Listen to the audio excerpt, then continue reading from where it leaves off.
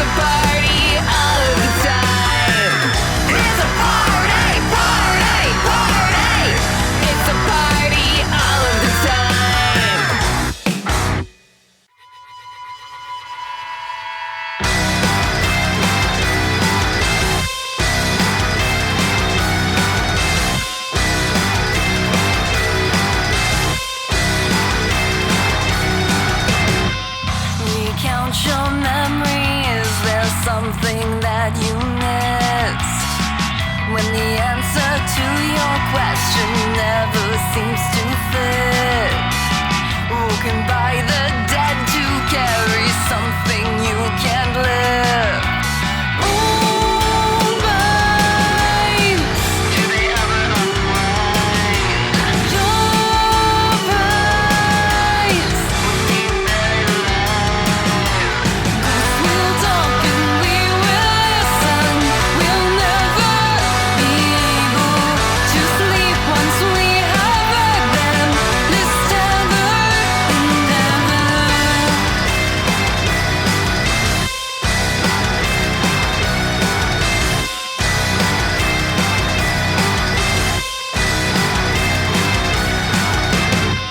The plot is turning and it's going to make you sick.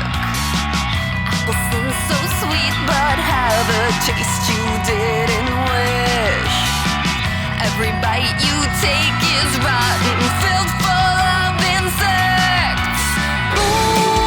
Moonlight, they never lie. Your eyes, we'll talk and we will listen. We'll never be able to sleep once we have heard them. I'll never, you'll never go talk and we will listen. We'll never be able to sleep when nothing's changing. This ever and ever.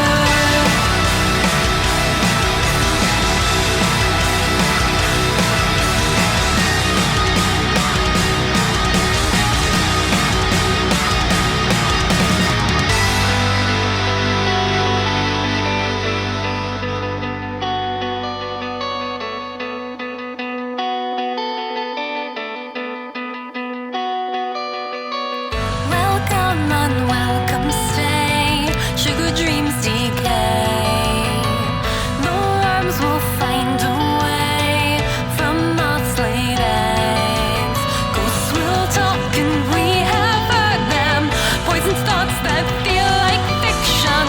Minds full of looming tension. Untethered. Ghosts will talk and we will listen. We'll never be able to sleep once we have heard them. I'll never, you'll never go talk and we will listen. We'll never be able to sleep when nothing's changing. This ever and ever and ever.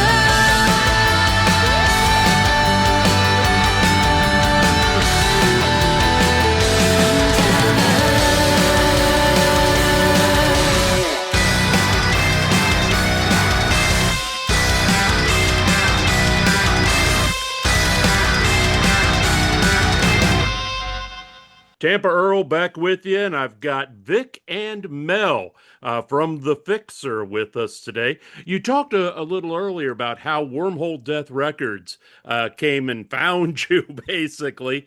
But you gotta, I get this question a lot from people. Is it better to be an independent artist, or is it better to be signed with a label? What would be your opinion on that? I think Wormhole Death was a really good choice for us with that question in mind because they really wanted to work with us and still allow us our creative freedom.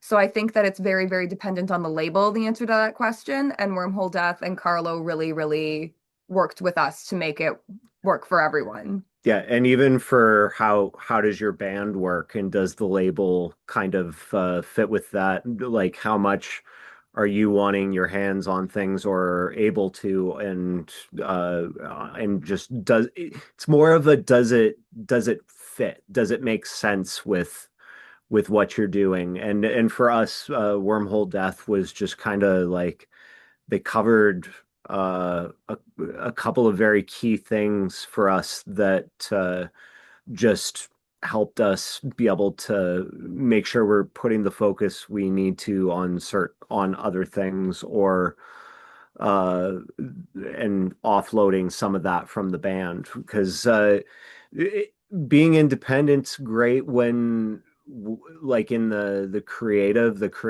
freedom. I feel like for artists is always such a huge thing. But if you can find something where you're able to hang on to that and the flexibility, but also have help, it's kind of a no-brainer. That seems to me to Absolutely. be the thing with having label assistants is that they are there to handle scheduling or promotion or things like that. That does take quite a bit off of your plate. Yep, they're like their big part with us was the campaign on the on the album itself and the music videos that went along with it. So they like even though we are still very like Mel shot the music videos for it, Very DIY. uh I edited one of the music videos for it. Mel edited the third music video, Yeah. the one that was for Tongues Bleeding, and then I edited Ghosts Will Talk with help from Mel. Anytime I'm doing video editing, it's generally with help from Mel. But That it seems that does seem to be Mel's kind of specialty. I mean, other than being a great front woman leading the band, she does have a very good eye with the camera. Yes, she does. She actually Yeah, works it's my professionally. background. I went to school for it. I did some I've shot some movies as a camera assistant and decided that wasn't for me, but I still do like filming of live events and stuff. So And then I also worked in AV more on the audio side, so it's been a about as good of a pair as you could really ask for. A great partnership, definitely. One thing that I wanted to ask you about is that over the past few years, since you guys have all gotten together, you've been able to build a tremendous following in Canada. What's the next step for the band? I know, America, the United States, yeah, we're not exactly in the greatest of relations right now, but is there a goal to step out from the Canadian frontier and maybe take on the US or Europe? We have we've discussed it. we have, it's of course at some point we would really like to come to the States, but with our label because we're hoping that because we do have some new material on the way that very likely will turn into a release, hopefully not too far off. Hopefully we'll be working with Wormhole Death again, and just because they've kind of been by us and from the beginning, and then that would more naturally lead us to Europe. But we do at some point we would love to see the States. We've had so many great people from the States reaching out about our music, and of course we want to hit anywhere that has people that are connecting with our music. Absolutely. Yeah, I would love to travel anywhere in the world as long as it as I can and it makes sense and I'm not going to go bankrupt.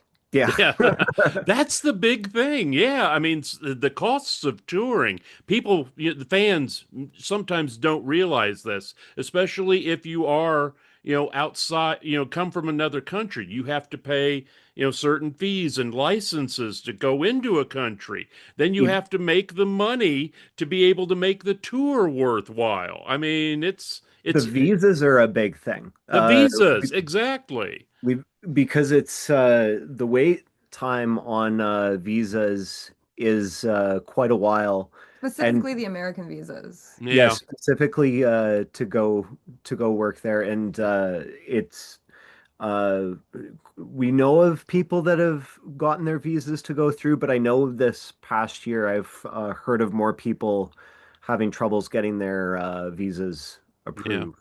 Yeah. And I've heard of it myself, so I know what you're going through, especially as far as coming from Canada to the US.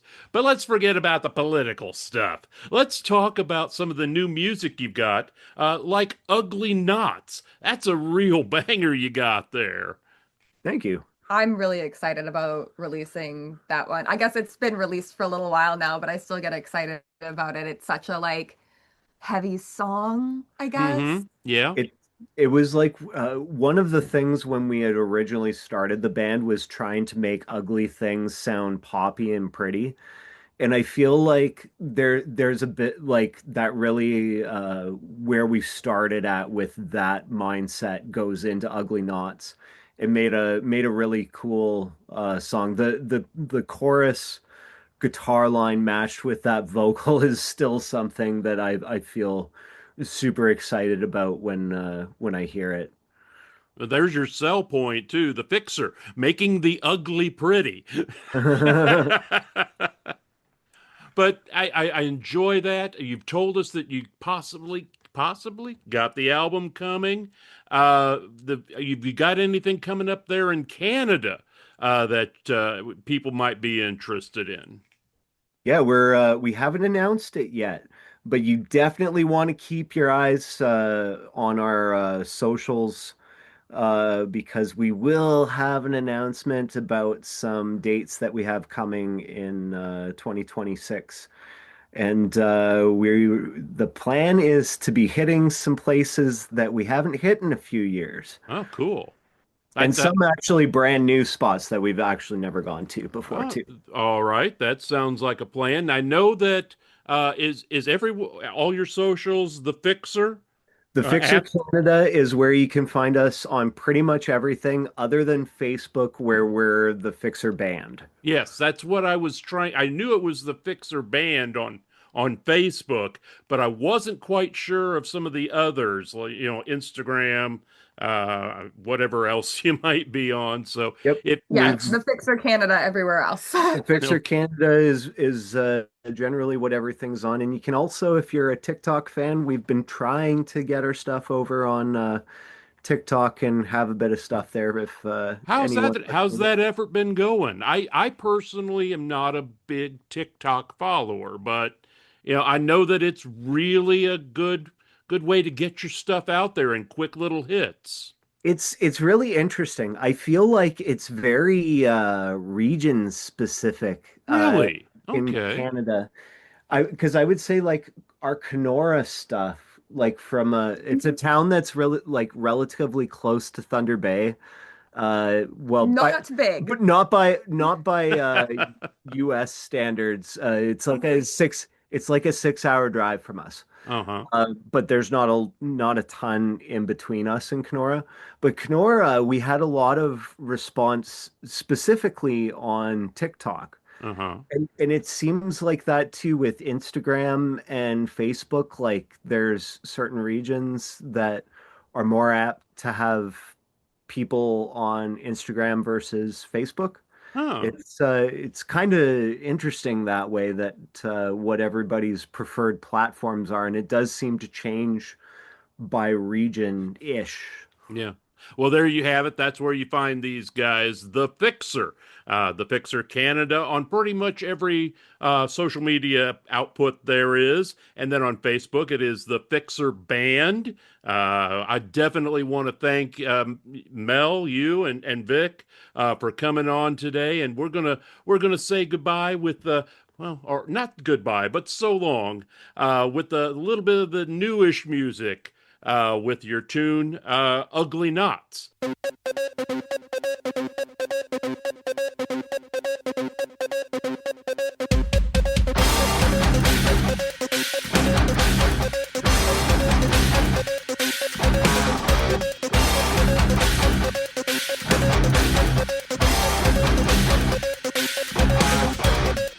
My existence now has your mind tied up in the ugliest of knots. You shed your shame like reptiles